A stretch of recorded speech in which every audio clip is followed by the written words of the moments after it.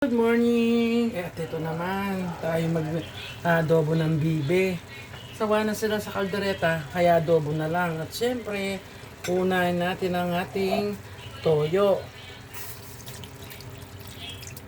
Ayan. At syempre, kapag adobo, sigurado may suka. White vinegar ang aking paboritong ginagamit. At yung bawang na isang ulo ng bawang. Yan ang aking sikreto sa aking adobo. Maraming bawang. At syempre, yung ating paminta, yung nagbaka ko, tsaka yung buo. Dumikit pa. Kasi basa pala yung aking lagayan.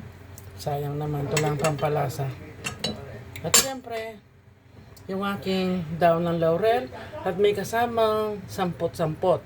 Hindi ko alam kung anong daon yung sampot-sampot na yan. Pero yan galing sa Pilipinas, galing sa Pampanga. Yun ang pampasarap talaga, yung sampot-sampot. Ayan, siyempre tatakpan muna natin yan. Maandar na yung ating may apoy na siya, kaya takpan muna natin. Ayan, tayo naman mag-Bicol Express na bibe. Isang buong bibe yan, ginawa kong adobo at saka Bicol Express. Siyempre medyo matigas yan, hindi naman katigasan ng bibe rito. Hindi katulad sa atin, sinalang ko muna siya, hayaan muna natin siya dyan. Papalambutin muna natin siya bago igigisa. Ayan, napiprito na yung ating, puro laman nito, kinuha ko dun sa isang bibiyan, kinuha ko yung laman na may taba, para mas masarap siya. Prito-prito natin siya ng konti, bago ko ilagay yung bawang at sibuyas. Ayan, ito naman yung ating adobo. Patutuyin ko na lang yan. Pinagsabay ko na. Lalagay ko na yung bawang at sibuyas. Ganyan lang ako palagi. Sabay ang bawang at sibuyas. Konti yung maliit itong bibing ito. Hindi katulad ng mga unang linuto ko. Kaya konti lang ang nakuha kong laman. Malambot na yung ating adobo. Patutuyin na lang natin. Gusto ko sa adobo, tuyo. Ayaw ko ng may sabaw.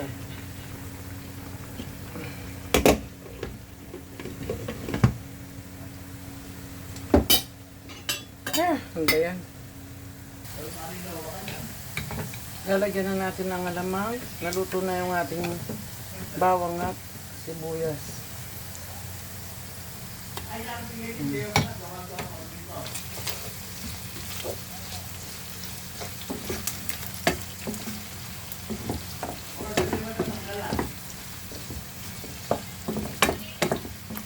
Magpipitas muna ako ng sili sa labas.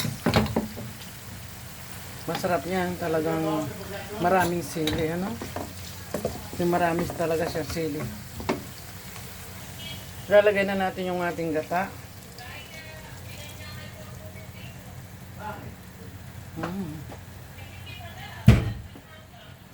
Kuha muna ako ng sili.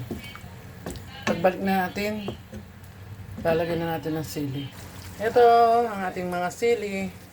Mas masarap ang maraming sili. Ayan.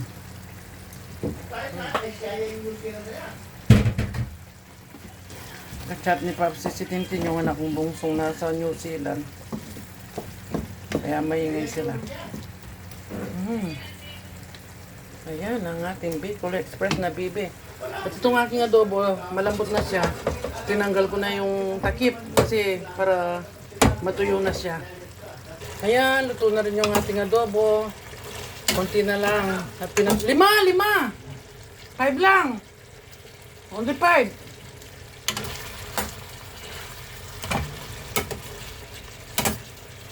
Ito ang ating Bicol Express na bibe.